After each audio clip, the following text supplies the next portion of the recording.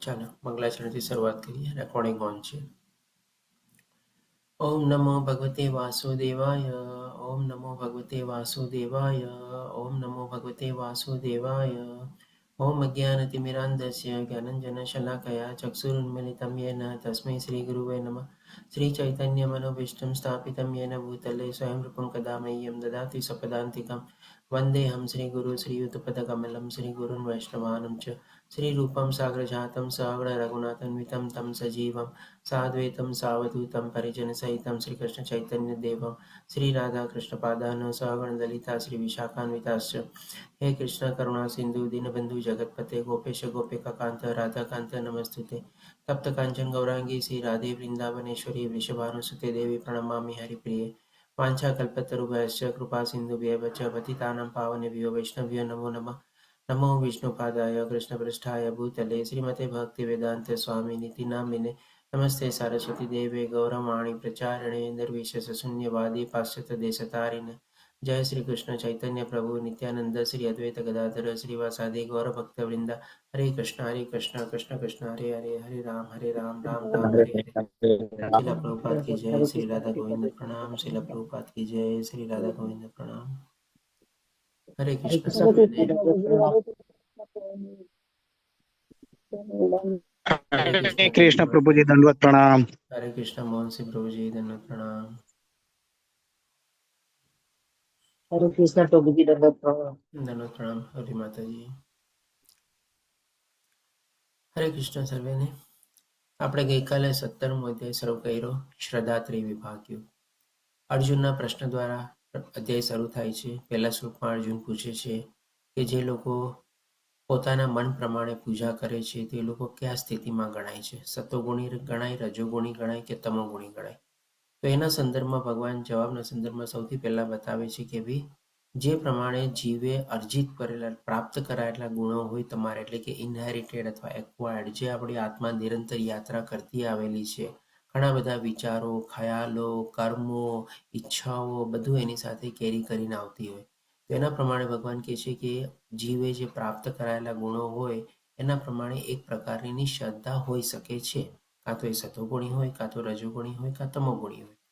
પછી ભગવાન આપણને ત્રીજા શ્લોકમાં બતાવે છે કે પછી જેમ જેમ જીવ વિકસિત થાય છે, એક પ્રકારના એ ગુણો અર્જિત કરે છે અથવા તો વિકસિત થાય છે.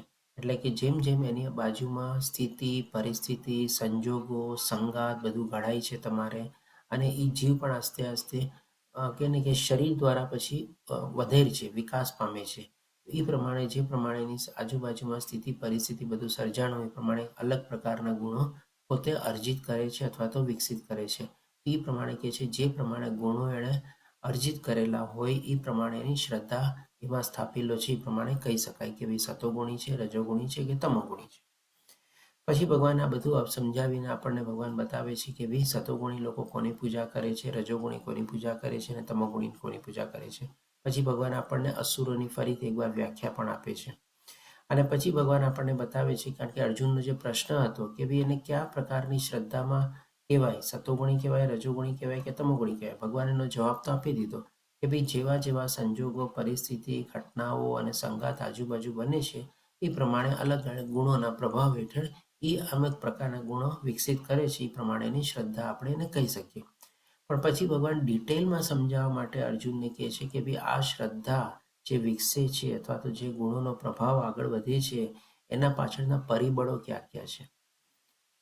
ભગવાને જવાબ તો આપી દીધો, પણ કદાચ અર્જુનને માની લો સમજવામાં ન આવ્યું હોય. હાલાકી અર્જુનને તો બધું સમજવામાં આવી ગયું, પણ આપણને સમજવા માટે ભગવાન ડિટેલમાં આપણને બતાવે છે કે ભાઈ આપણે જે પ્રમાણે આપણી આજુબાજુ ઘટના, પરિસ્થિતિને બધું હોય છે એના સંદર્ભમાં આપણે પ્રકૃતિના ગુણોના પ્રભાવ હેઠળ આપણે રહેલા હોઈએ છીએ.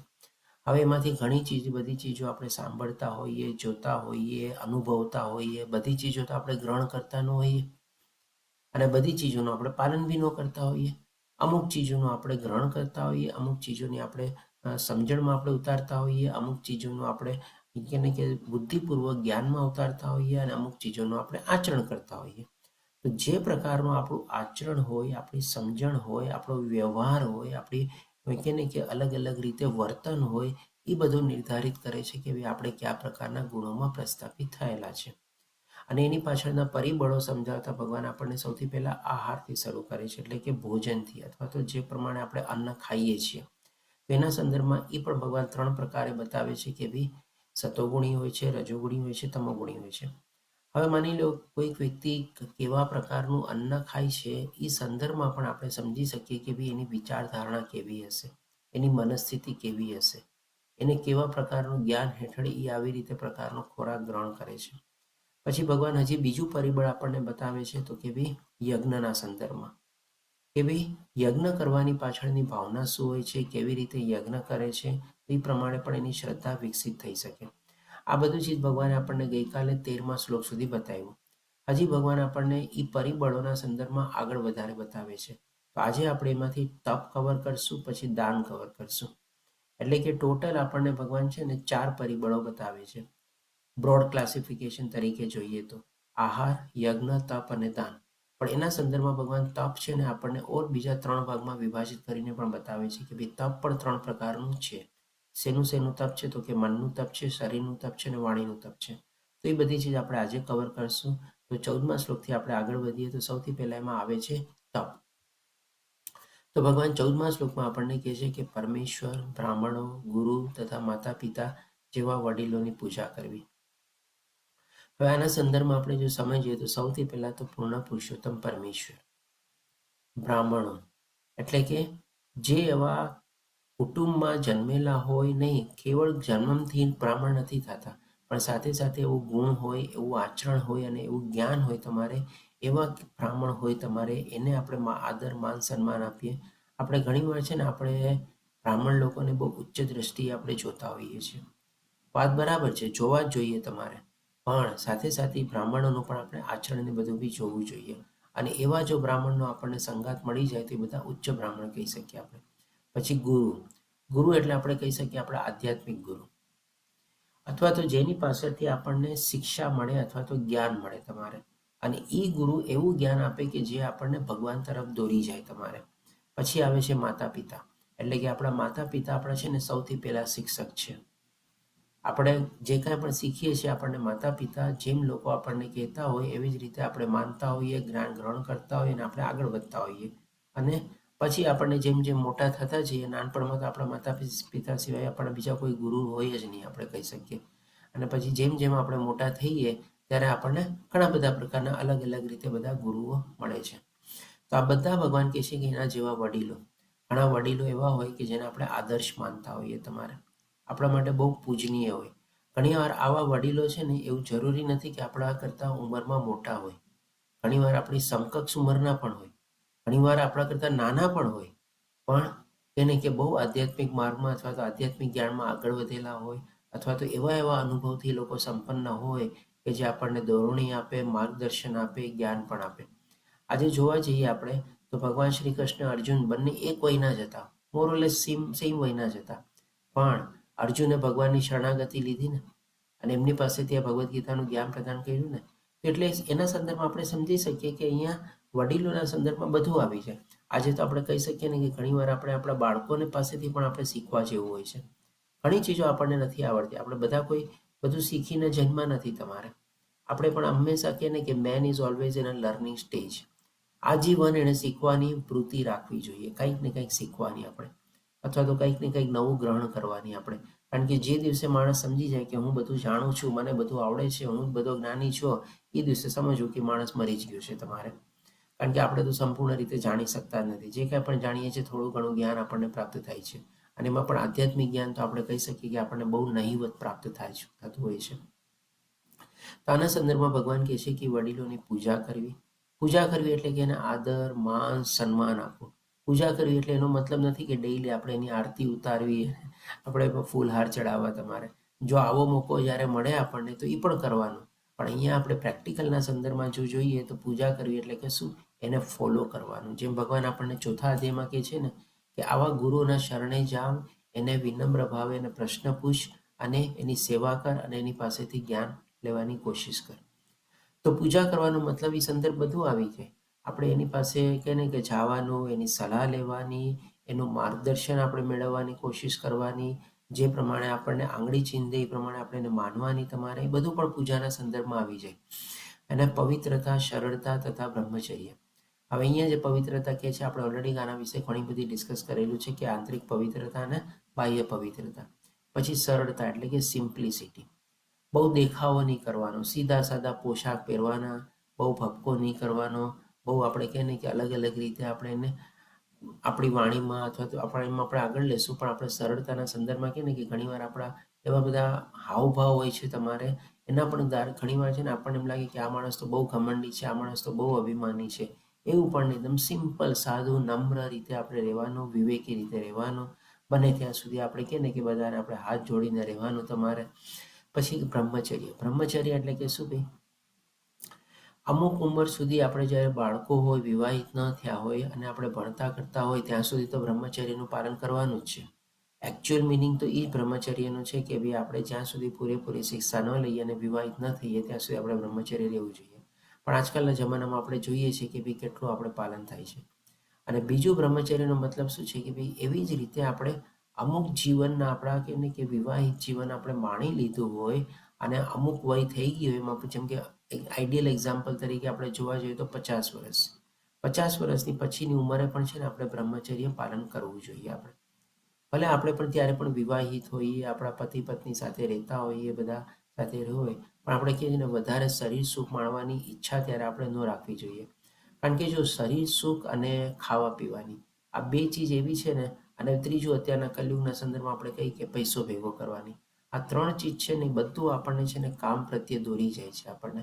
અને કામ જેમ છે ભગવાને કીધું ને કે ભાઈ સૌથી મોટો આપણો શત્રુ છે. તમારે આત્મ સાક્ષાત્કાર પ્રાપ્ત કરવામાં આગળ વધવા માટે જો આપણો સૌથી મોટો શત્રુ હોય તો કામ છે.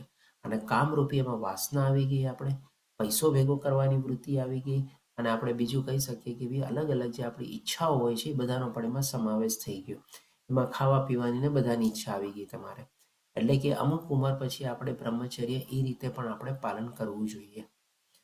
પછી આવે છે તથા અહિંસાનું પાલન. અહિંસા એટલે કે ભાઈ આના સંદર્ભમાં પણ આપણે ચર્ચા કરી ગયા છે કે ભાઈ ખાલી જીવોની અહિંસા નહીં, પણ કોઈ આપણે આધ્યાત્મિક માર્ગમાં આગળ વધતું હોય એમાં પણ આપણે એ વાંધા વચકા અથવા તો આપણે પાણો બનવાની આપણે અવરોધક ન બનવું જોઈએ. આ બધી ચીજ ભગવાન કહે છે કે એ શારીરિક તપ કહેવાય છે.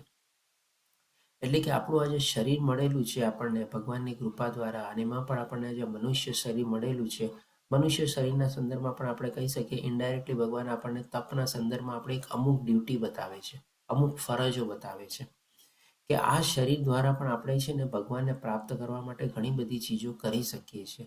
અને આ શરીરને નૌકા બનાવીને આપણે ભગવાનના આ ભવસાગરને આપણે પાર કરીને ભગવાનના ધામ સુધી આપણે પહોંચવાનું છે. તેના સંદર્ભમાં ભગવાન આપણને આપણા શરીર દ્વારા પણ આપણે કેવી રીતે આચરણ કરી શકીએ અને આધ્યાત્મિક માર્ગમાં આગળ વધી શકીએ, અથવા તો શરીર દ્વારા કેવા પ્રકારનું તપ થઈ શકે એ ભગવાન અહીંયા આપણને બતાવે છે. હવે ભગવાન આપણને મનનું તપ બતાવે છે, વાણીનું તપ બતાવે છે. તો એના સંદર્ભમાં ભગવાન કહે છે કે સત્ય એટલે કે બને ત્યાં સુધી આપણે સત્યનો સહારો લેવાનો. જ્યાં આપણે સહારો ન લઈ શકતા હોઈએ, આપણને અનિવાર્ય થઈ જાય કંઈક આપણે ખોટું કે કંઈક બોલવું પડે, બને ત્યાં સુધી આપણે ચૂપ રહેવું, મૌન ધારણ કરવું, અથવા તો શું છે અર્ધ સત્ય બોલવું. જે પ્રમાણે યુધિષ્ઠિર મહારાજે કીધું હતું ને કુરુક્ષેત્રની યુદ્ધભૂમિમાં, ન રોવા કુંજ રોવા, ન સત્ય ન અસત્ય, અર્ધ સત્ય આપણે જેને કહીએ. પછી પ્રિય લાગે એવા, બને ત્યાં સુધી છે ને આપણે લોકોને ગમે એવા શબ્દ, વાણી અને આપણા હાવભાવ અથવા એક્સપ્રેશનથી આપણે વ્યક્ત કરવું જોઈએ. પણ આમાં ચીજ શું છે કે ભાઈ આ ચીજ હંમેશા ઘણીવાર પોસિબલ નથી થતી. ક્યારેક ક્યારેક છે ને આપણે કડવું બોલવું પડે છે, અનિવાર્ય હોય છે, જરૂરી હોય છે તમારે, કારણ કે બીજાના લાભ માટે આપણે. તો જો આવા સંજોગો અને પરિસ્થિતિ હોય ને તો ત્યારે પણ આપણે કહી શકીએ કે ભાઈ આપણે એ કડવું પણ બોલવું જોઈએ, અથવા તો થોડું ઘણું સજી મળીને એવા શબ્દોમાં કહેવું જોઈએ કે જેથી કરીને સામેવાળાનું ભલું થાય, કલ્યાણ કરતા થાય. આપણે આ ભગવદ્ ગીતામાં અલગ અલગ જગ્યાએ અર્જુને ભગવાનને શું કીધું હતું? મારા હિતાવ માટે, મારા કલ્યાણકારણ માટે, મારા શ્રેષ્ઠ માટે તમે મને એવું જ્ઞાન પ્રદાન કરો કે જેથી કરીને હું એમાં પ્રવૃત્ત થઈ શકું. તો ભગવાન બધી જગ્યાએ જ્ઞાન આપે છે, અલગ અલગ દાખલાઓ આપીને સમજાવે છે, અલગ અલગ કમ્પેરિઝન આપીને સમજાવે છે, પોતાના દાખલા આપે છે, શાસ્ત્રોના દાખલા આપે છે, બધું આપીને સમજાવે છે કે ભગવાને ક્યારેક ક્યારેક કઠોર વાણીમાં પણ સમજાવ્યું છે. જેમ કે સૌથી પહેલા બીજા અધ્યાયમાં જ્યારે આત્મજ્ઞાન શરૂ કરવા જાય છે ત્યારે ભગવાન અર્જુનને શું કહે છે કે ભાઈ તું જે આ બધું કરી રહ્યો છો એ આપણને તને શોભા નથી દેતું. જેના માટે શોક કરવો જોઈએ એના માટે શોક કરવાની કોઈ જરૂર નથી તારે, અને જેના માટે શોક ન કરવો જોઈએ એવી રીતે તું બધું કરી રહ્યું છે તમારે. આવી રીતે થોડા ઘણા કઠોર શબ્દો પણ તું કહે છે ને. સાથે સાથે એમ પણ કહે છે કે ભાઈ આ બધું બુદ્ધિપૂર્વક એટલે કે જેને બધું જ્ઞાન હોય છે એવી વાણી તારી નથી અત્યારે. એટલે કે ક્યારેક ક્યારેક આવું આપણે કડવા વચન પણ વાપરવા પડે જો સામેવાળાનું આપણે કલ્યાણ ચાહતા હોઈએ તમારે તો. અને સામેવાળી વ્યક્તિ પાછું સાંભળવા પણ રેડી હોય તો. જો એ આપણો અનાદર કરતો હોય, અપમાન કરતો હોય અને બેદરકાર કરતો હોય, આવે વખતે પણ આપણે ચૂપચાપ રહીને ત્યાંથી આપણે ખસી જવાનું. એટલા માટે ભગવાન કહે છે હિતાવહ અને બીજાને ઉદ્વેગ ન પમાડના વચનો બોલવા. હિતાવહ એટલે કે ભાઈ એના હિતકારી, કલ્યાણકારી, શ્રેષ્ઠ માટે, એના ભલું કરવા માટે, અને બીજાને ઉદ્વેગ ન પમાડનારા. આના સંદર્ભમાં આપણે શું છે કે ભાઈ આજે ઘણીવાર લોકોને શું છે એકબીજાની સાથે કે નહીં કે ગુસ્સો અપાવવાની કે નહીં આમ ઈર્ષ્યામાંથી ક્યારેક થતું હોય છે. માની લ્યો કોઈક એવી બે વ્યક્તિઓ ક્યારેક સાથે બેઠી હોય કે એવા કોઈ પ્રસંગમાં કે એમાં, અને બીજી વ્યક્તિ સાથે એ વ્યક્તિને ન બનતું હોય તમારે, અને કોઈ ત્રીજો વ્યક્તિ એને કહે કે ભાઈ તમે આ વ્યક્તિ માટે કંઈક બોલો, કે તમે એના પ્રસંગ માટે કંઈક બોલો, કે તમારા એના યાદમાંથી તમને જે શું અનુભવ થયેલા હોય તમે બોલો. ત્યારે આપણે શું ઘણીવાર એવા મોકોનો જાહેરમાં આપણે મોકો ગોતતા હોઈએ કે અવસર ગોતતા હોઈએ કે ક્યારે હું એ વ્યક્તિને નીચો પાડું, ક્યારે એ વ્યક્તિનું અપમાન કરું, એણે મારી સાથે આમ કર્યું તેમ કર્યું તમારે. એટલે કે એ વ્યક્તિને આપણે નીચી પાડવા માટે, એનું અપમાન કરવા માટે ઘણીવાર એવા બધા શબ્દો કરીએ તમારે, કે જે સામેવાળાને ઘણીવાર એને ક્રોધિત પણ કરે, અથવા તો એને ઉદ્વેગ પ્રમાણે એટલે કે એને બહુ દુઃખ થાય તમારે.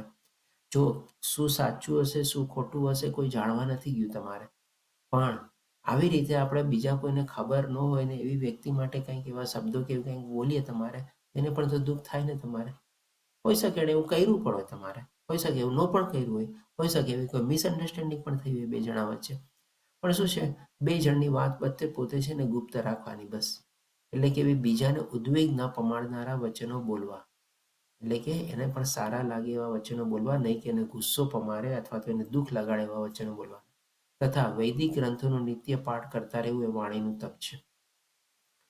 આના સંદર્ભમાં જસ્ટ આપણે ખાલી યાદ રાખી લઈએ. આપણે દીપ્તિ માતાજી કરીને હતા તમારે. આજે હતા બોલવામાં પણ મને ઘણું બધું આમ કહે ને કે લાગી આવે છે. એટલી સારી સેવા આપતા આપણને શ્લોકા પઠનની અને શ્લોકા અનુવાદની તમારે પર્ટિક્યુલરલી લેવલ 1માં જ્યારે આપણે ક્લાસ શરૂ થાય અને અડધી કલાક પહેલાં આપણે શ્લોકા પઠન અને અનુવાદ લેતા. આપણામાંથી ઘણા લોકો એનો અનુભવ કરેલો પણ હશે. કોને કોને યાદ છે દીપ્તિ માતાજી? કીર્તિ માતાજીને યાદ હશે કદાચ. દીપ્તિ માતાજી, હરે કૃષ્ણ. કીર્તિ માતાજી યાદ છે આપને? દીપ્તિ માતાજી, મોહનસિંહ પ્રભુ, અક્ષય પ્રભુજીને ખબર હશે, દર્શના માતાજીને ખબર હશે તમારે. હરે કૃષ્ણ દર્શના માતાજી. હા પ્રભુજી. તો બહુ દુઃખદ સાથે જણાવવાનું થાય છે કે ભાઈ ગઈકાલે એમનું નિધન થઈ ગયું તમારે. એટલી સરસ સેવા આપી હતી એમણે તમારે. એમણે શ્લોકા પઠન અને અનુવાદની અને બીજા લોકોને શ્લોકા શીખવાડતા હતા. આપણે એમાં પણ એ લોકો સેવા આપતા હતા તમારે. જેમ દર્શના માતાજીનું પણ શ્લોકા પઠન બહુ સારું છે એવી રીતે દીપ્તિ માતાજીનું પણ શ્લોકા પઠન બહુ સારું હતું તમારે. અને બહુ સારી રીતે આપણને એક એક અક્ષરનો ઉચ્ચારણ કરીને કેવી રીતે આપણે એનો ઉચ્ચાર કરવો જોઈએ, કેવી રીતે આપણે આમ કહીએ ને કે ભાઈ હું વધારે તો નથી કહી શકતો, પણ દર્શના માતાજી તમે થોડુંક વ્યક્ત કરો ને. દર્શના હેમાં દીપ્તિ માતાજીનો આપનો અનુભવ ને બધું. હા પ્રભુજી, એક મારા માટે એક આઈડિયલ કહેવાય કે જેનું એનું શ્લોકા પઠન એટલું શુદ્ધ છે કે આપણને એમ થાય કે એક એક શબ્દ આપણે પ્રોપરલી સાંભળી શકીએ ને સમજી શકીએ કે આ બોલ્યું છે.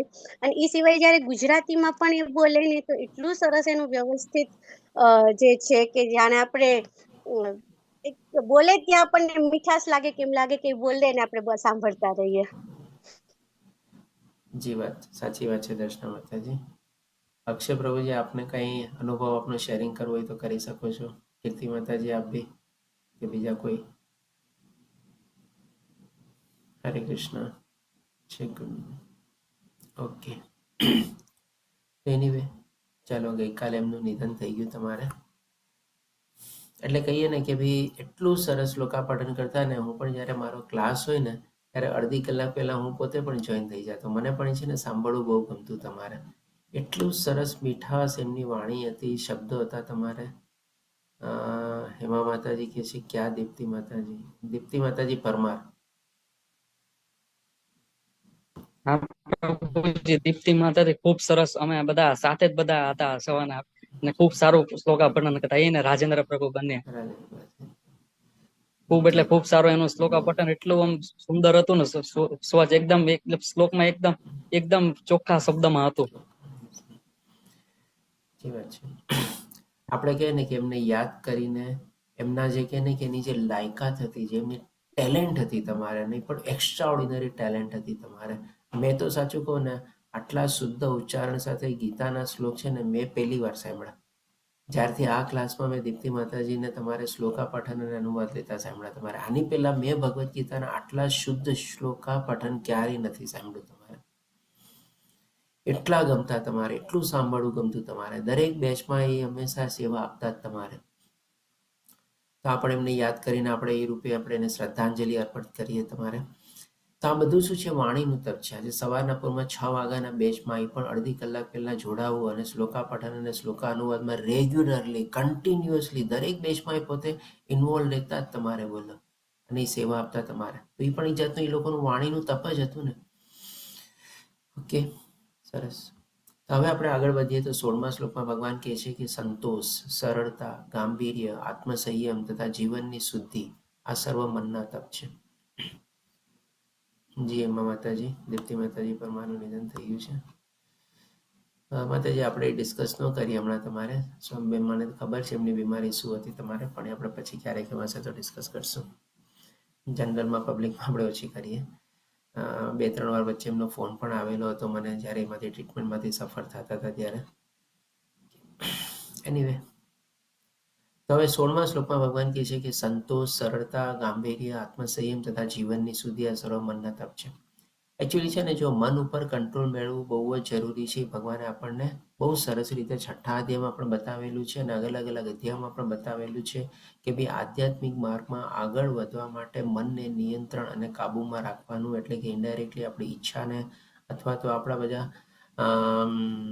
માગણી હોય, કામ હોય તમારે, એ બધી ચીજો ઉપર કાબૂ રાખવા માટે મન જ છે ને એક ઇન્સ્ટ્રુમેન્ટ છે તમારે. એને જો આપણે કાબૂમાં રાખી લે તો બાકી બધી ચીજ છે ને ઓટોમેટિકલી થઈ જાય. તો એ મનને આપણે કાબૂમાં રાખવા માટે પણ છે ને ઇનડાયરેક્ટલી આપણે કહી શકીએ ને, તો ભગવાન આ બધા આપણને ઉપાયો બતાવે છે. 6ઠ્ઠા અધ્યાયમાં તો આપણને ઉપાય બતાવ્યા કે જ્યાં જ્યાં મન ભટકતું હોય ત્યાંથી એને વાળવાનું છે આપણે, પછી યથાયોગ્ય અભ્યાસ કરવાનો છે અને આપણે વૈરાગ્ય કેળવવાનો છે. પણ સાથે સાથે આપણે કહી શકીએ કે આ મનનું જે અહીંયા તપ બતાવ્યું છે ને, એ મનનું તપ પણ જો આપણે ઇમ્પ્લિમેન્ટ કરીએ ને, એનું પણ જો આચરણ કરીએ ને, તો એ પણ આપણને છે ને મનને કાબૂ રાખવામાં બહુ મદદ કરે છે. સૌથી પહેલાં તો જે કાંઈ પણ આપણને મળ્યું એને સંતોષ કેળવવાનો છે. આપણે કહીએ ને કે ભાઈ સંતોષી નર સદા સુખી તમારે, એક કહેવત છે ને એવી કંઈક તમારે. એટલે જે મળ્યું તમારે બસ ભગવાનની કૃપાથી મળેલું છે. ભગવાનને ખબર છે મને ક્યારે જોવે છે, કેટલું જોવે છે, શું જોવે છે. બસ શું કામે વધારે એનાથી મેળવવાની ઈચ્છા રાખવી? કારણ કે એનાથી વધારે જો મેળવવાની આપણે ઈચ્છા રાખીએ તો ભગવાને કીધું ને, લોભિયાપણું છે. અને લોભિયાપણું એટલે કે એ જાતનું નરકનો 3 દ્વાર છે. કામ, ક્રોધ અને લોભ, 3 આપણને નરકના દ્વાર બતાવ્યા ભગવાને આપણને 16મા અધ્યાયમાં. તો કોઈ પણ ચીજ આપણી પાસે મળેલી હોય આપણને, લોકો ગમે તે એને કહે ને કે ભાઈ આ તારી પાસે ઓછું છે, આમ છે, તેમ છે, વધારે છે, આપણે કાંઈ કમેન્ટને સાંભળવાની જ નહીં તમારે. બસ બધું બરાબર જ છે. બસ મારે કાંઈ ઓછું નથી, મારે કાંઈ વધારે જોતું બી નથી તમારે. બસ ભગવાનને ખબર છે, બસ ભગવાને આપ્યું છે ને એ બધું મને પર્યાપ્ત હશે એટલું જ આપશે ભગવાન મને. બસ આવો એક સંતોષ ભાવ પણ કેળવીએ ને તો બાકી બધી ઈચ્છાઓ છે ને આપણી આસ્તે આસ્તે કહે ને કે ભાઈ ઓછી થતી જાય તમારે, અથવા તેના ઉપર કાબુ અને સંયમ મેળવવામાં છે ને આપણને બહુ મદદરૂપ થઈ શકે. સરળતા આપણે ઓલરેડી ડિસ્કસ કરી ગયા કે ભાઈ આપણા બાહ્ય દેખાવની એ સરળતા તો હોવી જ જોઈએ, પણ સાથે સાથે મનની સરળતા. મનની સરળતા શું? કે ભાઈ કોઈ આપણને માની લો માન અપમાન કરે, કે કોઈક આપણને કોઈ કટુ વચન કહીને જાય, કે કોઈક આપણને 2 વાતો સંભળાવીને જાય, આપણને કંઈ ફરક જ ન પડે તમારે. આપણે જેમ ન્યુટ્રલ ભાવે રહેતા હોય એ પ્રમાણે જ આપણે રહેવાનું તમારે. એ મને શું ફરક પડે તમારે? આ શરીરનું માન અપમાન કરે છે બધું, એનાથી શું લેવા દેવા તમારે? આ પણ એક જાતની છે ને મનની સરળતા. કારણ કે જો આપણે કોઈ આપણને કંઈ કહીને જાય, અપમાન કરીને ગયો, મનના ઓલું કહે ને કે ભાઈ કટુ વચન લગાડીને ગયો, તમારે કહીને ગયો, આપણે શું કરીએ છીએ? એનું ચિંતન કરીએ છીએ અને પછી મનથી આપણે કેટલા દુઃખી થઈએ છીએ. અરે મને કહીને ગયો, મને આવી રીતે આમ કહીને જઈ શકે, એની કાબેલિયત શું છે, મેં આના માટે શું શું નથી કર્યું. આપણને દુઃખ પણ થાય છે અને ઘણીવાર આપણને ક્રોધ પણ આવે છે. બંને ચીજ થાય છે જુઓ. તો એના કરતાં બેટર છે કે ભાઈ જે છે બરાબર છે, ઠીક છે, ચલ ને, હવે ના મનમાં લગાડવાનું ના આપણે ચિંતન કરવાનું. એ પણ એક જાતની મનની સરળતા છે. તો ના આપણને ક્રોધ ઉદ્ભવશે, આપણને ના આપણને એ વ્યક્તિ ઉપર આપણને કે ને કે રાગ દ્વેષ પણ ઉત્પન્ન થશે, ના આપણી અંદર મનમાં દુઃખ પણ ઉત્પન્ન થશે તમારે. પછી ગાંભીર્ય. ગાંભીર્ય એટલે કે સિરિયસ. સિરિયસ એમાં બનવાનું તો કે ભાઈ આપણે આધ્યાત્મિક માર્ગમાં આગળ વધવા માટે જે કાંઈ પણ નિયમ અને બધા લીધેલા હોય એને સરસ રીતે આપણે એને ફોલો કરવા માટે પૂરેપૂરા પ્રયાસ કરવાના.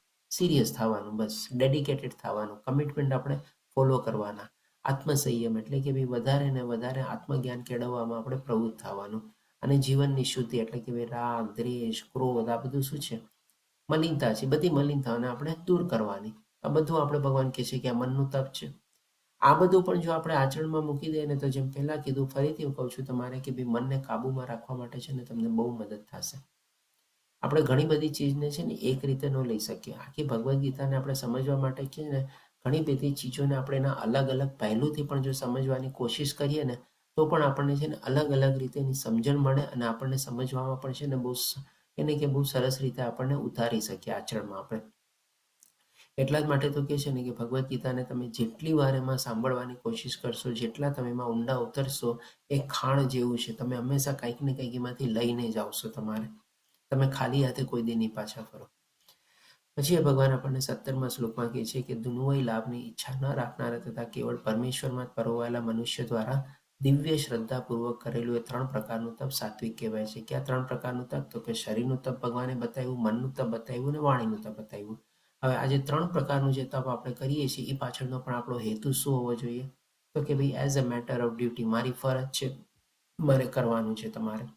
પણ એમાં કોઈ પણ પ્રકારની આપણે ઈચ્છા નહીં રાખવાની તમારે કે ના ભાઈ હું આટલું કરું છું તો મને આવી રીતે મળી જાય, એવી રીતે મળી જાય.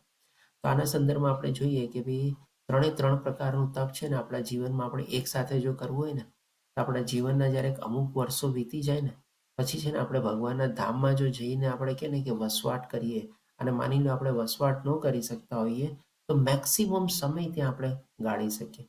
અને આજની તારીખમાં પણ છે ને આપણા બધા ભગવાનના ધામો જે છે ને, બધા જે તીર્થધામો છે ને એમાં આપણે જોવા જઈએ ને તો ભક્ત માટે છે ને મિનિમમ કોસ્ટમાં પોતે છે ને ત્યાં જીવી શકે છે. સારી રીતે ભક્તિમય પોતાનું જીવન પોતે ગાળી શકે છે. એવું નથી કે ત્યાં રહેવા માટે તમારે બહુ વધારે પૈસા જોવે છે. વધારે પૈસા ક્યારે જોવે? જ્યારે તમને બધી સુખ સગવડ અને બધી તમારી ઈચ્છાઓ હોય એ પૂરી કરવી હોય તો તમને વધારે પૈસાની જરૂર પડે ને. બાકી એવા આશ્રમો છે, એવા આપણે કહે ને કે મંદિરો પણ છે, એવા રહેઠાણ સ્થળો પણ છે કે જ્યાં ફ્રીમાં પણ આપણને રહેવા મળે છે. તમારે ઘણી બધી એવી ઉપલબ્ધ છે તમારે આજે. ત્યાં તમે જાઓ ને ભગવાનના ધામમાં તો આ 3 પ્રકારનું તપ છે ને આપણે થઈ જાય. અને હું તો કહું છું કે રિટાયર્ડ લાઈફ માટે જો આપણે જવું હોય ને તો સરસ મજાનો આપણે ભગવાનના ધામમાં જઈને છે ને વધારે ને વધારે સમય ગાળવાની આપણે કોશિશ કરવી જોઈએ. શરીરનું તપ કેવી રીતે થાય? કારણ કે આપણે જ્યારે ભગવાનના ધામમાં જઈએ ત્યારે શું છે, ત્યાં આપણને આવી બધી પહેલાં તો સુખ સગવડની આપણે અપેક્ષા બી નહીં રાખવાની અને જે મળ્યું એમાં સંતોષ માનવાનો. અને ત્યાં એવા કહે ને કે ભાઈ રસ્તા ઉપર કંઈક એવી તમારે સુખ સગવડો હોય, તમારે મળમૂત્ર કરવા માટે તમારે કોમન પ્લેસમાં બધામાં જવું પડતું હોય, તમારા માટે અલગ બેડરૂમ ન હોય, નીચે સૂવું પડતું હોય, ડોર્મેટરીમાં સૂવું પડતું હોય, તો આપણે કહે ને કે આ બધું આપણું શરીરનું તપ એમાં આવી ગયું તમારે. પછી વાણીનું તપ કેવી રીતે આવે? તમે ત્યાં ભગવાનના ધામમાં ગયા હો, ભક્તોની સાથે તમે સરસ મજાના કીર્તન કરતા હો, ત્યાં જઈને કથા સાંભળતા હો, આવા કંઈક શ્લોકાપઠન કે કંઈક થતું હોય તમે એમાં ભાગ લેતા હો બધામાં તમારે, અને ભગવાનના કહે ને કે કંઈક અલગ અલગ એક્ટિવિટીઝ બધી ચાલતી હોય એમાં તમે ભાગ લેતા હો તો તમારેમાં વાણીનું તપ પણ આવી ગયું તમારે. અને જ્યારે શરીર અને વાણી જો બધું ભગવાનમાં પ્રવૃત્ત થયેલું હોય, તમારે ભક્તોનો સંગાત મળેલો હોય તો તમારે મનનું તપ તો કહે ને કે ઓટોમેટિકલી થઈ જાય. એટલે કે કહી શકીએ કે ભાઈ આપણે જીવનના અંતિમ સમય, આપણને ખબર નથી અંતિમ સમય ક્યારે આવે છે આપણો, પણ કેવા ખાતર આપણે કહી શકીએ કે જીવનના અમુક વર્ષો પછી જ્યારે આપણે કે ને કે હવે આ જ ચીજ કરવાની છે, આના સિવાય બીજું કંઈ કરવું જ નથી અને આપણા મનુષ્ય જીવનને સાર્થક કરવું છે, એવી જગ્યાએ જવાનું તમારે જ્યાં બધી કોઈ ચીજની જિંદગીની આપણને પડોજણ પણ ન હોય. અને ત્યાં જઈને ભક્તોના સંગમાં રહીને આપણે કે 8 પ્રકારના આપણે હવેલી હોય કે મંદિર હોય, બધા અલગ અલગ 8 પ્રકારે દર્શન થાય. બધા મંદિરોના દર્શનના આપણે કરવાના તમારે. સવારના પોરમાં મંગળાથી લઈને પછી ગ્વાલ, પછી શૃંગાર, પછી રાજભોગ, પછી ઉત્થાપન, પાછો ભોગ, શયન આરતી, સંધ્યા આરતી, બધાના 8 પ્રકારના દર્શન કરવાના. તમારો કે ને દિવસ ક્યાં પસાર થઈ જશે ને તમને ખબર નહીં પડે આપણને. આ રીતે આપણને ભગવાન કહે છે કે સત્વગુણી તપ કહેવાય છે. એટલે કે ભાઈ ભગવાનમાં જ આપણે પરોવાયેલું રહેવાનું કન્ટિન્યુઅસલી. અને જો ભગવાનના ધામમાં જઈએ તો આના સિવાય બીજી કોઈ એક્ટિવિટી જ ન હોય આપણે. અને બહુ વધારે કંઈ પૂંજીની પણ જરૂર ન પડે તમારે. મિનિમમમાં તમે તમારી લાઈફ ત્યાં જીવી શકો છો. પછી ભગવાન આપણને 18મા શ્લોકમાં કહે છે કે જે તપ દંભપૂર્વક તથા સત્કાર સન્માન તેમજ પૂજા પામવા માટે કરવામાં આવે છે તે રાશિ અથવા રજોગુણી કહેવાય છે. આજની તારીખમાં આપણે જોઈએ છીએ કે આવા બધા ઘણા બધા તપ થતા હોય છે. શરીરનું તપ બી થતું હોય છે, મનનું તપ બી થતું હોય છે અને વાણીનું તપ બી થતું હોય છે. પણ એની પાછળનો ઉદ્દેશ શું હોય છે? કંઈક ને કંઈક પોતાનો બેનિફિટ લેવા માટે. આજે જેમ કે આ બધા મોટા મોટા યુનિયનો અને બધા કંપનીમાં હોય તમારે, એ લોકો બધા જે આંદોલનો કરતા હોય, વિદ્રોહ કરતા હોય અથવા તો ઓપોઝ કરતા હોય, તમારે અમારી માંગે પૂરી કરો, તમારે અમને આ મળવું જોઈએ, અમને એ મળવું જોઈએ, તો એની પાછળનો કંઈક હેતુ જ છે ને તમારે કોઈ ભૌતિક લાભ મેળવવા માટે, કાં તો પગાર વધારો, કાં તો બોનસ વધારો, કાં અમને આટલા દિવસની છુટ્ટી આપો, કાં તમારું આ કરો, અમારું એ કરો, એ બધું કંઈક ને કંઈક ચાલતું હોય. ઇવન આપણે કહીએ ને કે પોલિટિશિયન લોકો પણ આવા બધા તપ કરતા હોય છે, અનશન ઉપર બેસી જાય. એની પાછળનો ઉદ્દેશ શું? પ્રજાનું કલ્યાણ કાંઈ હોતું નથી તમારે.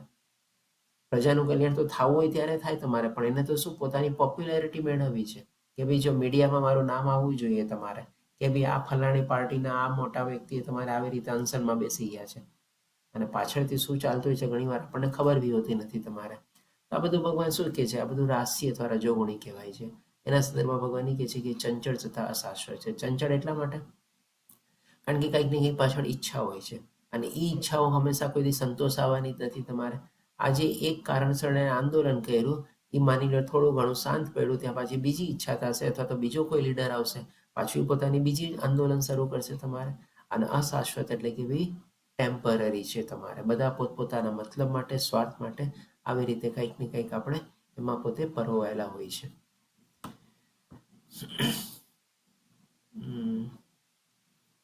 હરે કૃષ્ણ મનીષા માતાજી. ચાલો વૃંદાવન જાઓ છો, સરસ માતાજી. ખૂબ ખૂબ આપને અભિનંદન. સરસ મજાની યાત્રા West Virginia. Okay, thank you પ્રભુજી. ભગવાનનું સરસ રીતે નામ લેવાય. આપણે જો એકદમ ટાઈમસર કીધું ને કે ભગવાનના ધામમાં જાઓ ને, મનીષા માતાજી આપણને ચેટ બોક્સમાં લખ્યું. ડેફિનેટલી આપણે છે ને વધારે ને વધારે સમય છે ને આવી જ બધી જગ્યાએ આપણો ગાળવો જોઈએ, તો આપણી છે ને આધ્યાત્મિક યાત્રા બહુ આગળ વધે. બાકી તો જો આ સંસારમાં પડ્યા રહેશું ને, દીકરાનો દીકરો થવાનો છે, એની વહુ આવવાની છે, એની સેવા લેવાની છે, આમ કરવાનું છે, હજી તો એ નાના છે, હજી તો મારી એને જરૂર છે. જરૂર કોઈને કોઈની નથી. સાચું જોવા જઈએ ને તો તમારે આપણે આપણી જરૂર સમજવાની છે અને આપણી જરૂરી છે કે ભાઈ આપણી આત્માનું કલ્યાણ કરો, બસ તમારે. બાકી તો બધું આપણે હશું કે નહીં હશું, બધું ચાલવાનું જ છે તમારે. કોઈના વગર કોઈ કાંઈ અટકવાનું નથી તમારે. બસ ખાલી આપણું કે નહીં કે એક જાતનો એ પણ એક જાતનો છે ને અહંકાર છે કે ભાઈ હજી એને મારી જરૂર છે, હજી તો હું ઘણું બધું એને મદદરૂપ થાવ છું તમારે. મારા વગર એ કેવી રીતે બધું સંભાળાશે? ઇવન કે ને કે મોટી મોટી સંસ્થાઓના જે બધા હોદ્દાઓ લઈને બેઠા હોય છે ને, એ લોકો એમ વિચારે છે આટલા વર્ષોથી સંભાળ્યું છે, આટલું સરસ એનું પ્રગતિ કરાવી છે, આમ છે તેમ છે, ખબર નહીં મારા ગયા પછી આનું શું થશે, કોણ સંભાળશે, કેવી રીતે ચાલશે તમારે. બધું ચાલવાનું છે તમારે, કહીએ ને તો. કારણ કે ભગવાન જો અહીંયા પણ આપણને શું કહે છે? અશાશ્વત છે. આ બધું ટેમ્પરરી છે, કોઈ ચીજ પરમાનન્ટ નથી તમારે. આપણે પછી ભગવાન હવે 19મા શ્લોકમાં આપણને કહે છે કે મૂર્ખામીને વશ થઈને આત્મ ઉત્પીડન માટે અથવા બીજાઓનો વિનાશ કરવા માટે કે હાનિ પહોંચાડવા માટે જે તપ કરવામાં આવે છે તે તમોગુણીવાળું છે. એટલે કે આના સંદર્ભમાં આપણે ગઈકાલે પણ થોડું ઘણું આપણે સમજ્યા હતા કે ભાઈ જે લોકો યજ્ઞ કરતા હોય છે, આજે અસુર લોકો પણ યજ્ઞ કરતા હોય છે, તો અસુર લોકો આવા તપ બી કરતા હોય છે તમારે.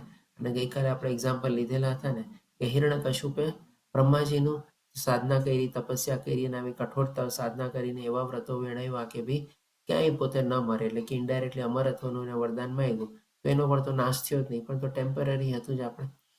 પછી આપણે રાવણ પણ શિવજીના ભક્ત હતા તમારે, તો એનો પણ તો નાશ થયો તમારે.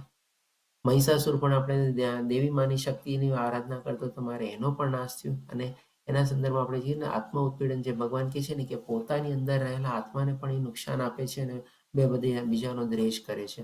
એટલે કે કંઈક ને કંઈક પોતાના સ્વાર્થ માટે આવી બધી કઠોર તપ સાધના અને તપસ્યા કરતા હોય છે તમારે. અને આના સંદર્ભમાં આપણે સમજી શકીએ કે આજના કલયુગમાં પણ છે ને આવા ઘણા બધા તપ થતા હોય છે. ઘણા લોકો શું છે, આપણે કહે ને કે ભાઈ ઉપવાસ કરે, એકટાણા કરે તમારે અમુક દિવસો સુધી કન્ટિન્યુઅસ, એને કે 8 દિવસ 12 દિવસ 15 દિવસ 30 દિવસ વોટેવર કરીને તમારે એ પાછળ એનો ઉદ્દેશ શું હોય છે તમારે પછી પાછળથી જ્યારે એની ઉજવણી કરે તમારે ત્યારે ઉજવણીના સંદર્ભમાં શું છે બહુ મોટા બેન્ક્વેટમાં જઈને એની ઉજવણી કરે તમારે બધા લોકોને ઇન્વાઇટ કરે 200 400 500 માણસોને તમારે અને એની પાછળનો હેતુ શું એટલે કે ભાઈ પોપ્યુલરિટી મેળવે કે હા ભાઈ જો આ વ્યક્તિ આટલું મોટું તપ કર્યું અને સાથે સાથે આટલું મોટું દાન આપ્યું. હજી દાન ઉપર આવશું ત્યારે પણ આપણે ડિસ્ચીઝની થોડી ઘણી ચર્ચા કરશું તમારે એટલે કે નહીં કે ભાઈ કાં તો પોતાના સ્વાર્થ માટે એટલે કે રજોગુણી પણ હોય છે અને ક્યારેક ક્યારેક છે ને અદેખાઈના સંદર્ભમાં પણ આવા બધા તપ થતા હોય છે આજે કલયુગમાં પણ તમે એણે આમ કર્યું ને ચાલ હવે હું પણ આનાથી વધારે તપ કરીશ તમારે એને પણ દેખાડીશ કે હું પણ કરી શકું છું તમારે આ બધું કહે ને કે ભાઈ આપણે તમોગુણી તપ છે એ ભગવાન કહે છે કે ભાઈ કાં તો બીજાને નુકસાન પહોંચાડવા માટે અથવા તો વિનાશ પહોંચાડવા માટે આ બધા તપ કરવામાં આવે છે. હવે પછી ભગવાન આપણને દાન વિશે બતાવે છે. આજે આપણે પહેલા તપ વિશે જાણ્યું. તપમાં ભગવાન આપણને શરીરનું તપ, મનનું તપ, વાણીનું તપ બતાવ્યું. પછી એના સંદર્ભમાં આપણને પણ બતાવ્યું કે ભાઈ સતોગુણી તપ કયું છે, રજોગુણી તપ કયું છે અને તમોગુણી તપ શું છે. હવે આપણે દાનના સંદર્ભમાં જોઈએ તો ભગવાન આપણને 20મા શ્લોકમાં કહે છે કે જે દાન કર્તવ્ય સમજીને કોઈ બદલાની આશા વિના યોગ્ય સ્થાને તથા સમય અને સુપાત્ર વ્યક્તિને અપાય છે તે સાત્વિક દાન ગણાય છે. એટલે કે અહીંયા ભગવાન આપણને દાન આપવાના સંદર્ભમાં આપણને 3 કન્ડિશન બતાવે છે. કઈ 3 કન્ડિશન? તો કે ભાઈ પ્રોપર પ્લેસ એટલે કે યોગ્ય સ્થાને, પછી પ્રોપર પ્લેસ એટલે કે સમયે, અને સુપાત્ર એટલે કે પ્રોપર પર્સન એટલે કે પ્રોપર ટાઈમ, પ્રોપર પ્લેસ અને પ્રોપર પર્સન. જો આને આપણે દાન આપ્યું હોય અને સાથે સાથે એમાં આપણે કોઈ બદલાની અપેક્ષા પણ ન રાખી હોય કે ભાઈ હા મારે દાન આપવાનું છે. આપણે જ્યારે 18મો અધ્યાય તમે લેશો તમારે આવતીકાલથી કીર્તિમાન પ્રભુજી 18મો અધ્યાય લેશે ત્યારે શરૂઆતમાં ભગવાન આપણને કહે છે કે ભાઈ યજ્ઞ, તપ અને દાન ક્યારેય આપણે કદાપી એનો ત્યાગ ન કરવો જોઈએ. એ તો અવશ્ય કરવા જ જોઈએ તમારે.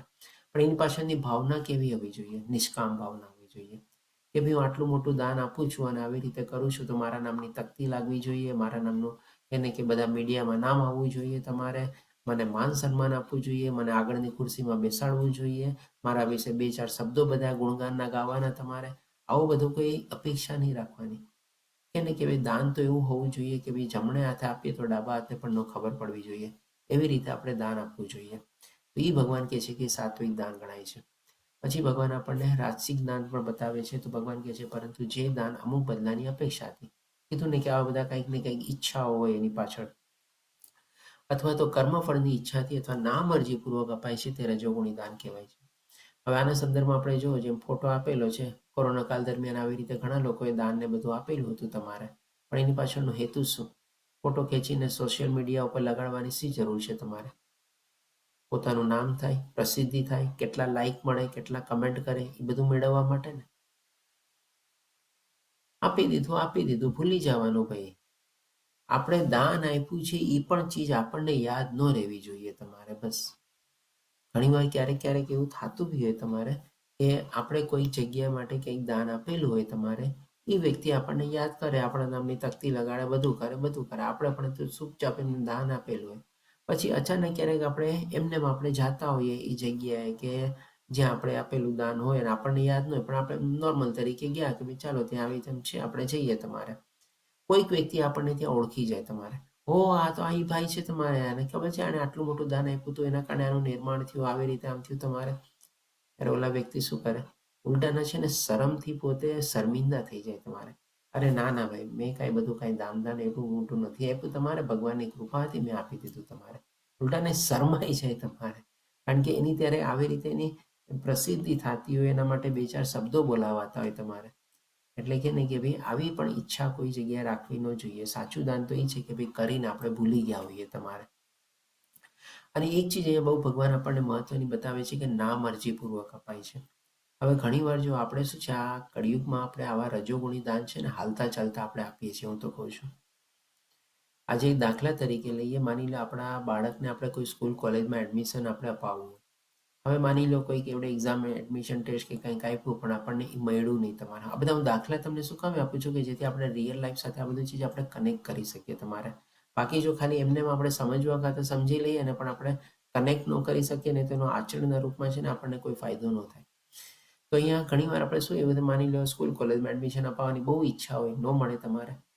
પછી શું અચાનક ત્યાંથી ફોન આવે તમારે કે ભાઈ તમારા છોકરાએ આવી રીતે આમ ટેસ્ટને બધું આપ્યું હતું, પણ અમને બહુ અફસોસ થાય છે કે ભાઈ ટેસ્ટમાં પાર ન પડી શક્યો અથવા તો ઇન્ટરવ્યુમાં ફેલ થયો છે, પણ તમે જો હોય સમય તો અમને આવીને મળો, તમારે અમારી પાસે કંઈક એવું છે તમારે કે કંઈક અમે કંઈક કરી શકીએ. હવે જઈએ એટલે પછી શું કે ભાઈ એટલા સરસ મજાના શબ્દોમાં સજી મળીને આપણને કહે કે ભાઈ આ તો તમારા પુત્ર પુત્રીના કલ્યાણ માટે છે, અમારી આ સ્કીમ છે, એમાં તમે આવી રીતે આમ આપો તો એ તમારા પાછા પુત્ર પુત્રીના બેનિફિટ માટે અમે વાપરવાના છીએ, સ્કૂલ પણ આગળ વધશે, અમે આમ કરશું તેમ કરશું. ઇનડાયરેક્ટલી શું છે તમે સમજી શકો છો, આપણી પાસેથી ડોનેશન માંગતા હોય તમારે. આપણે લોકો ત્યારે શું છે આપણે એટલી મરજી ન હોય તમારે, પણ થોડા આપણે પુશ થઈએ, ઘરમાં આવીને ડિસ્કસ કરીએ બધા કે ઠીક છે ભાઈ આપણી પાસે તો છે સગવડ ને બધું, અલ્ટિમેટલી આપણા બાળક માટે જ છે ને, કહે છે બધી વાતો બરાબર જ લાગે છે ને, આપણે એમાં ફોસલાઈ જઈએ, આપણે કે નહીં કે ભાઈ ખેંચાઈ જઈએ તમારે, અને મરજી હોય કે ન હોય તેમ છતાં આપણે આપી દઈએ કે ઠીક છે ચાલ આપી દીધું. આવા પ્રકારના દાન છે ને આપણે કલયુગમાં આપણે છે ને ઘણીવાર જાણતા અજાણતા આપણે આપતા હોઈએ છીએ, પણ જ્યારે આ ભગવદ્ ગીતાનું જ્ઞાન મળે ને ત્યારે આપણને ખબર પડે આ પણ એક જાતનું રજોગુણી દાન છે આપણે. કારણ કે એની પાછળનો સ્વાર્થ શું હતો કે ભાઈ મારા છોકરા છોકરીને એડમિશન મળી જાય તમારે. તેવી જ રીતે ભગવાન આપણને તમોગુણી દાન વિશે પણ બતાવે છે. એટલે ભગવાન કહે છે ને જે દાન ગમે તેવી અપવિત્ર જગ્યાએ અનુચિત સમયે કોઈ કુપાત્ર માણસને અથવા તો પૂરતું ધ્યાન તથા આદર આપ્યા વિના અપાય છે તે તામસી કહેવાય છે. એટલે કે જે સતોગુણી દાનમાં ભગવાને આપણને 3 કન્ડિશન બતાવી, proper time, proper place, proper person. અહીંયાથીનું જસ્ટ ઓપોઝિટ છે. એટલા માટે ભગવાન કહે છે કે અપવિત્ર જગ્યાએ તમારે અનુચિત સમય અને કુપાત્ર માણસ, નથી પ્રોપર ટાઈમ, નથી પ્રોપર પર્સન, નથી પ્રોપર પ્લેસ. અને સાથે સાથે ભગવાન આપણને શું કહે છે પૂરતું ધ્યાન તથા આદર આપ્યા વિના અપાય છે. હવે આપણને એમ થાય કે આવા દાન વળી ક્યાં અપાતા હશે તમારે, તો આપણે કલયુગમાં કહે ને કે આવા દાન છે ને ઘણી ખરી જગ્યાએ આપણે એનો ઉપયોગ કરીએ જ છીએ તમારે. આ પણ છે ને આપણે હાલતા ચાલતા ઘણીવાર આપણે આપીએ છીએ. જસ્ટ એક નાનકડો એક્ઝામ્પલ લઈએ, આપણે લોકો ઘણા બધા ડ્રાઇવિંગ બધા કરતા હશું તમારે. આપણે શું છે ક્યાંક રસ્તા ઉપર સિગ્નલ તોડ્યું કે હેલ્મેટ નથી પહેર્યું કે કંઈક નો એન્ટ્રીમાં આપણે નીકળી ગયા, આપણે શું કરીએ, બોલો આપણને જઈને ચોકીદાર પકડે તમારે, એ તમે તો નો એન્ટ્રીમાં ઘૂસ્યા છો, સિગ્નલ તોડીને તમે પાર કર્યો છે રસ્તો, હેલ્મેટ કેમ નથી પહેર્યું. આપણે શું કરીએ, 50ની નોટ આપીએ, 100ની નોટ આપીએ, 200ની નોટ આપીએ, 500ની નોટ આપીએ અને ચાલો જવા દઈએ. જે વ્યક્તિ આપણને પકડે છે એ વ્યક્તિ ઉપર આપણને આદર છે જરાય. આપણે તેને કેવી રીતે જોઈએ છે, જો પાછો આવ્યો તમારે ઓલું લેવા માટે, તમારે કંઈક તમારે કેટલા અનાદરથી આપણે એને જોતા હોઈએ છીએ. આપણે એના માટે કોઈ આપણને આદર માન સન્માન કાંઈ હોતું જ નથી તમારે, અને આપણે બેધ્યાન હોઈએ છીએ તમારે. તેમ છતાં પણ હવે આપણે એના નજરમાં આવી ગયા છે અને આપણને આવે છે, આપણે શું કરીએ છીએ આવી જ રીતે આપીએ છીએ ને. તો આ બધું તો ભગવાન કહે છે આ તમોગુણી દાન છે તમારે.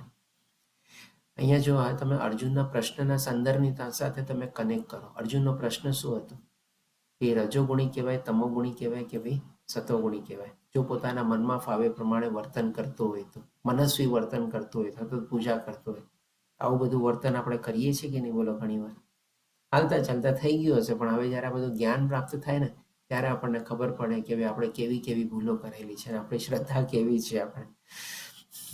હવે પછી ભગવાન આપણને આગળ વધતા કહે છે, તો હવે કે નહીં કે આપણે નિષ્કર્ષના સંદર્ભમાં એટલે કે ઓમ તત્સત વિશે આપણને ભગવાન બતાવે છે. એટલે કે શ્રદ્ધા કેવી રીતે વિકસે છે એ ભગવાન આપણને બતાવી દીધું. પહેલું તો શું કે ભાઈ આપણે પ્રાપ્ત કરાયેલા ગુણો પ્રમાણે એક પ્રકારની શ્રદ્ધા હોઈ શકે છે, પોસિબિલિટી છે. પણ વધારે પછી મહત્વનું શું થઈ જાય છે, જેમ જેમ આપણે વિકાસ પામીએ છીએ, ગુણો અર્જિત કરીએ છીએ અને આપણે વિકસિત કરીએ છીએ એ પ્રમાણે આપણી શ્રદ્ધા ડેવલપ થાય છે. અને એ શ્રદ્ધા પાછળ ડેવલપ થવાના બધા જે પરિબળો છે ભગવાને આપણને બતાવ્યું, આહાર, યજ્ઞ, તપ અને દાન. અને પાછું તપના સંદર્ભમાં ભગવાને આપણને બતાવ્યું કે ભાઈ શરીરનું તપ, મનનું તપ અને વાણીનું તપ.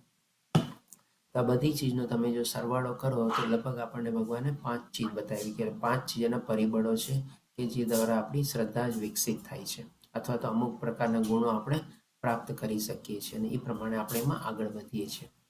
હવે પછી આ બધું જ સમજાવ્યા અને ભગવાન આપણને 23મા શ્લોકમાં કહે છે કે સર્જનની શરૂઆતથી ઓમ તત્સત આ 3 શબ્દો પરમ સત્યનો નિર્દેશ કરવા માટે પ્રયુક્ત કરાતા રહ્યા છે. આ 3 પ્રતિકાત્મક અને અભિવ્યક્તિઓ બ્રાહ્મણો દ્વારા વૈદિક મંત્રોની ઉચ્ચારણ કરતી વખતે તથા બ્રહ્મને સંતુષ્ટ કરવા માટે યજ્ઞ કરતી વખતે પ્રયોજવામાં આવે છે. પ્લીઝ મને જરા 1 મિનિટ આપજો.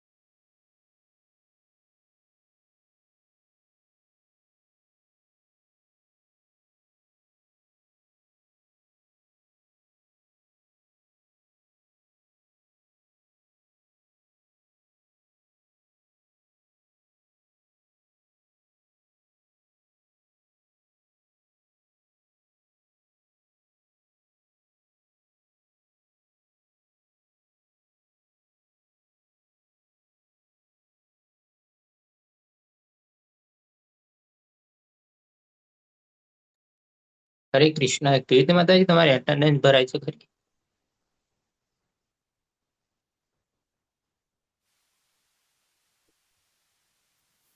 હરે કૃષ્ણ કીર્તિ માતા. હરે કૃષ્ણ. ઓકે. સુરેશ પ્રભુજી એટેન્ડન્સ લિંક મૂકી દીધી છે, તો બધાને વિનંતી એટેન્ડન્સ ભરી દે. અને કીર્તિ માતાજી, તમારો પ્રશ્ન હતો ગઈકાલે એટેન્ડન્સના સંદર્ભમાં, તો આજે તમારી ભરાઈ છે કે નહીં જરા જોઈ લેજો. તો આ ચીજ ભગવાન આપણને બતાવવા જઈ રહ્યા છે ઓમ તત્સત વિશે, કે ભાઈ જ્યારથી સર્જનની શરૂઆત થઈ ત્યારથી આ 3 પ્રતિકાત્મક શબ્દો જે છે નિર્દેશ કરવામાં આવે છે, સત્યના સંદર્ભમાં નિર્દેશ કરવામાં આવે છે. અને બધા વેદ મંત્રોના ઉચ્ચારણ કરતી વખતે પણ આને આપણે બોલીએ છીએ. હવે આના સંદર્ભમાં જે આપણે અલગ અલગ એક એક શબ્દનો કેવી રીતે શું મિનિંગ છે એ પણ ભગવાન આપણને સમજાવે છે, તો એ પણ આપણે સમજીએ કે ભાઈ આ કેવી રીતે પ્રયોજવામાં આવેલા છે, તો કેવી રીતે સંબોધવામાં આવે છે. તો 24મા શ્લોકમાં ભગવાન આપણને કહે છે કે માટે બ્રહ્મની પ્રાપ્તિ માટે યોગીજનો શાસ્ત્રોક્ત વિધિ પ્રમાણે યજ્ઞ, દાન તથા તપની સર્વ ક્રિયાઓનો શુભારંભ હંમેશા ઓમથી કરે છે. એટલે કે અ, ઉ અને મ એ 3 અક્ષરનો બનેલો ઓમ છે. આપણે શબ્દ એક કમ્પ્લીટ શબ્દ છે ઓમ, પણ એની અંદર પણ આપણે કહીએ ને કે 3 અક્ષર રહેલા છે. અને એના સંદર્ભમાં ભગવાન આપણને છે કે કોઈ પણ આપણે આધ્યાત્મિક વિધિ કરતા હોય જેનો શાસ્ત્રમાં આપણને નિર્દેશ કરવામાં આવેલો હોય, પછી યજ્ઞ હોય, તપ હોય કે દાન હોય, ભગવાન કહે છે કે સૌથી પહેલા આપણે ઓમ શબ્દના ઉચ્ચારણ અથવા તો એના શુભારંભ એટલે કે શું, સારી શુભ ભાવનાથી આપણે એમાં આગળ વધવાની આપણે ઈચ્છા ધરાવીએ છીએ, એટલે કે હંમેશા ઓમથી કરે છે. અને એ બીજી રીતે આપણે સમજી શકીએ કે ભાઈ ઓમ કરીને આપણે શું છે બધા ભગવાન, દેવી દેવતાઓ, પરમેશ્વર બધાને આપણે સંબોધીએ છીએ. તમારે કે ભાઈ હું આ ચીજમાં આગળ વધવા જઈ રહ્યો છું, તમે એમાં મને આગળ વધારો, તમારી હાજરી આપો, અથવા તો એ લોકોનું બધાનું આપણે આહવાન કરીએ છીએ. તમારે ઓમ કરીને આપણે બોલાવીને આપણે કહીએ ને કે આપણે કોઈ પણ વ્યક્તિને બોલાવવા હોય ત્યારે આપણે કહીએ ને કે અવાજથી બોલાવીએ, અથવા તો કંઈક પણ આપણે કહીને બોલાવીએ ને તમારે, તો ઓમ કરીને સૌથી પહેલા આપણે બધા દેવી દેવતાઓને આપણે આહવાન કરીએ છીએ, બોલાવીએ છીએ, આમંત્રણ આપીએ છીએ. કોઈ પણ સંદર્ભમાં આપણે લઈ શકીએ, કારણ કે એની હાજરી વગર આપણે આગળ ન વધી શકીએ, અને એને સાક્ષી રાખીને જ આપણે આગળ વધવાનું હોય છે.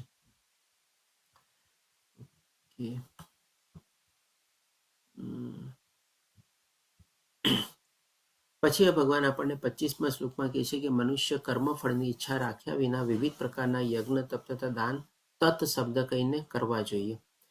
હવે જો ઘણીવાર આપણે બધા યજ્ઞ, તપ, દાનમાં પ્રવૃત્ત થતા હોઈએ, આગળ પણ વધતા હોઈએ, આપણે જાણીએ છીએ કે એની પાછળ આપણી કોઈ ઈચ્છા નથી, આપણે ઈચ્છાથી આપણે આગળ પણ ન વધતા હોઈએ, અને ઈચ્છાથી આપણે એમાં પ્રવૃત્ત પણ ન થતા હોઈએ, અને ઈચ્છાથી આપણે એમાં કંઈક ને કંઈક રીતે આપણે કહે ને કે ભાઈ પ્રાપ્તિ માટે આપણે અલગ અલગ સંયોજન પણ ન કરતા હોઈએ, પણ આપણું મન છે.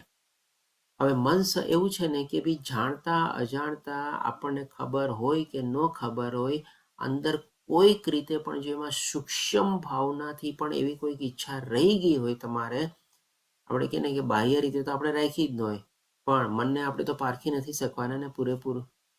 ક્યાંય એવી સૂક્ષ્મ ભાવમાં પણ જો ઈચ્છા રહી ગઈ હોય તમારે, તો જ્યારે આપણે તત શબ્દ બોલીએ છીએ ને, તત એટલે કે તત્વ, એટલે કે પહેલા આપણે ઓમ બોલીને બધાને આપણે આહવાન કરી લીધા, ભગવાનને બધાને બોલાવી લીધા, અને હવે જે પ્રક્રિયામાં આપણે પ્રવૃત્ત થઈ રહ્યા છે ને આધ્યાત્મિક પ્રવૃત્તિમાં, પછી ભલે યજ્ઞ હોય, તપ હોય કે દાન હોય, એમાં આપણે શું કહે છે, ઓહ તમે બધા આવી ગયા છો ને, ચાલો હવે તમે મારી સાથે જોડાઈ જાઓ. એટલે કે એ રીતે આપણે એને બધી ચીજોને આપણે આગળ લઈને ચાલીએ. આપણે જેમ કે કોઈ પણ સારો પ્રસંગ કે કંઈ કરતા હોઈએ, આપણે એકલા ન કરતા હોઈએ, બધા લોકોને આપણે આમંત્રિત કરીએ ને, અને જે આપણા મહેમાનો, વડીલો, આ તે બધા એવા હોય, બધાને આપણે કંઈક ને કંઈક લાવો આપીએ કે તમે આ કરો, તમે આવી રીતે કરો, તમે તેવી રીતે કરો.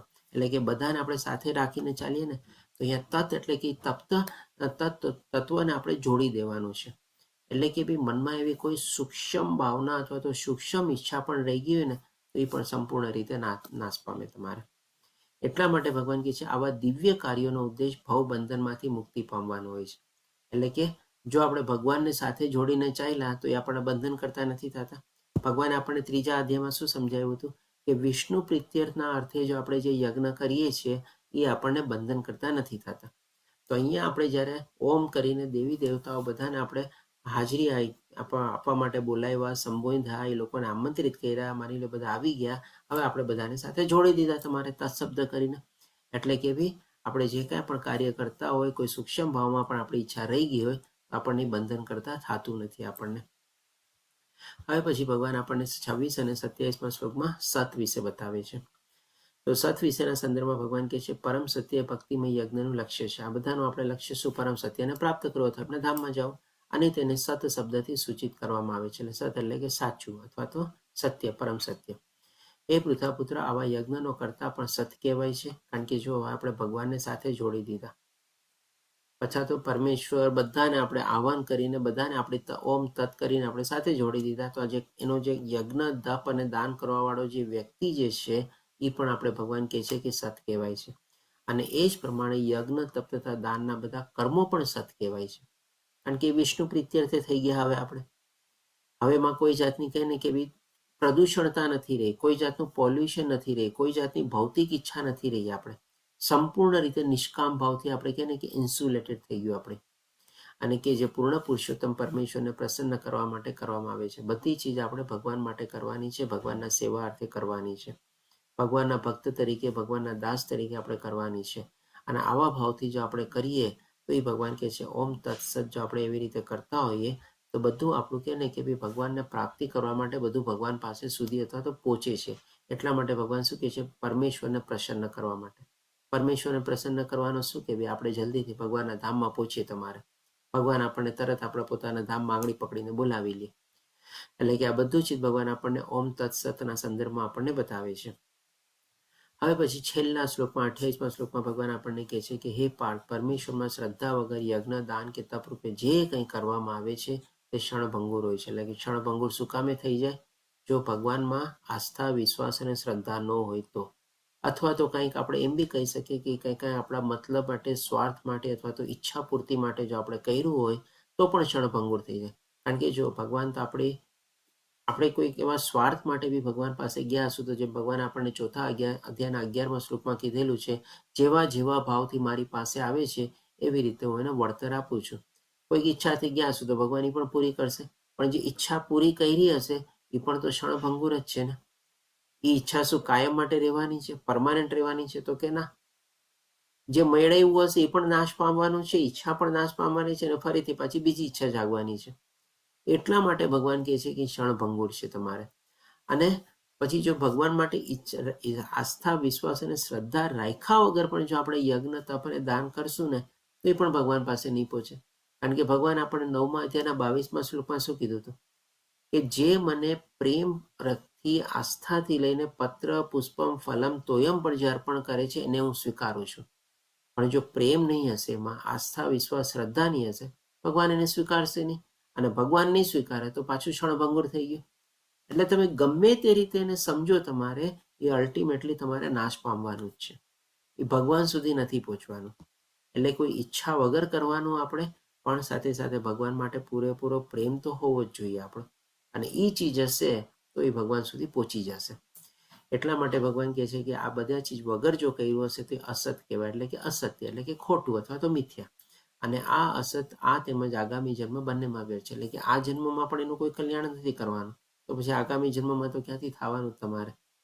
ભગવાનમાં નથી માનતો, આસ્થા નથી, વિશ્વાસ નથી, શ્રદ્ધા નથી, તો પછી ક્યાંથી એની સદગતિ થવાની તમારે? ભગવાન તો કહે છે ને કે તમો ગુણમાં છે ને નીચલી યોનિમાં જવાનો છે. એટલે કે બંનેમાં વ્યર્થ જાય છે. આ રીતે આપણો અહીંયા 17મો અધ્યાય શ્રદ્ધાત્રય વિભાગીય પૂરો થાય છે. વાંચા કલ્પતરુભયસ્ચ કૃપા સિંધુભ્યઃ એવ ચ પતિતાનાં પાવનેભ્યો વૈષ્ણવેભ્યો નમો નમઃ. હરે કૃષ્ણ કૃષ્ણ કૃષ્ણ હરે હરે, હરે રામ રામ રામ હરે હરે. શ્રીલ પ્રભુપાદ કી જય. શ્રી રાધા ગોવિંદ પ્રણામ. હરે કૃષ્ણ સર્વેને. છેલ્લો 18મો અધ્યાય છે. દંડવત પ્રણામ. 18મો અધ્યાય છે. કીર્તિમાં પ્રભુજી કાલથી લેશે આપનો. અને 3 હરે દિવસ કૃષ્ણ પ્રભુજી, દંડવત પ્રણામ. દંડવત પ્રણામ કીર્તિમાં પ્રભુજી. હા, પ્રેમ પ્રકાશ પ્રભુજી લેવાના છે પ્રભુજી. અચ્છા, પ્રેમ પ્રકાશ પ્રભુજી લેવાના છે. ઓકે, ચાલો ઠીક છે.